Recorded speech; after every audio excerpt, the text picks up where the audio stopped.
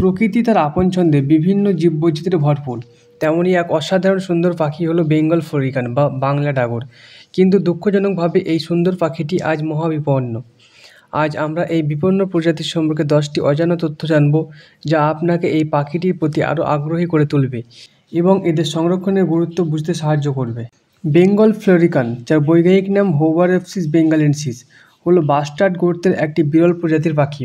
বাস্টার্ডরা সাধারণত বড় আকারের ভূচর পাখি হয়, যারা উড়তেও পারে। 26 প্রজাতির বাস্টার্ডের মধ্যে বেঙ্গল ফ্লোরিকান সবচেয়ে বিরল। এদেরকে বেঙ্গল বাস্টার্ড নামেও ডাকা হয়। পুরুষ ফ্লোরিকানের মাথা ও ঘাড় মখমল কালো রঙের, আর ডানার আগা কালো হলেও বাকি অংশ সাদা।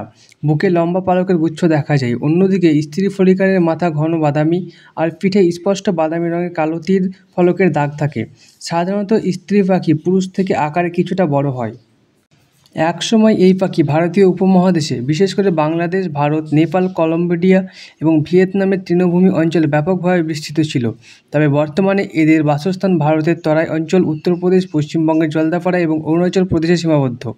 বাংলাদেশে এটি প্রায় বিলুপ্ত হয়ে গেছে। এরা মূলত আর্দ্র খোলা লম্বা তৃণভূমিতে বিচরণ করতে পছন্দ করে, যেখানে ঝোপ জঙ্গল বেশি থাকে না। জলদাপাড়া ভারতীয় উদ্যান ভারতের বেঙ্গল ফ্লোরিকান দেখার অন্যতম প্রধান স্থান।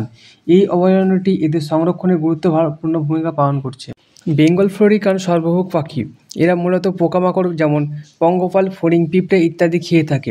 এছাড়াও এদের খাদ্য তালিকায় থাকে ছোট টিকটিকি, ছোট সাপ, রসালো ফল, বীজ এবং ঘাস ও শস্য কচি ডাল। এরা ঘাস এবং শস্য ক্ষেত্রে ধীরে ধীরে হেঁটে টুকরে টুকরে খাবার সংগ্রহ করে।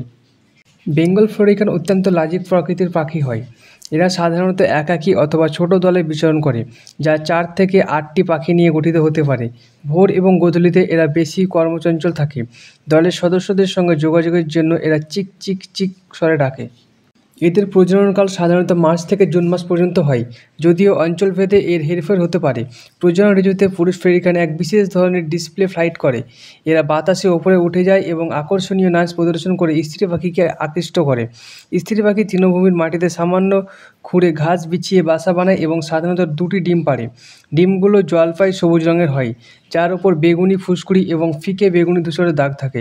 ডিম ফুটতে প্রায় 30 দিন সময় লাগে। প্রাপ্তবয়স্ক বেঙ্গল ফ্লোরিকানের দৈর্ঘ্য 66 থেকে 68 সেন্টিমিটার পর্যন্ত হতে পারে। এদের ওজন 1.7 থেকে 1.9 কেজি পর্যন্ত হয়।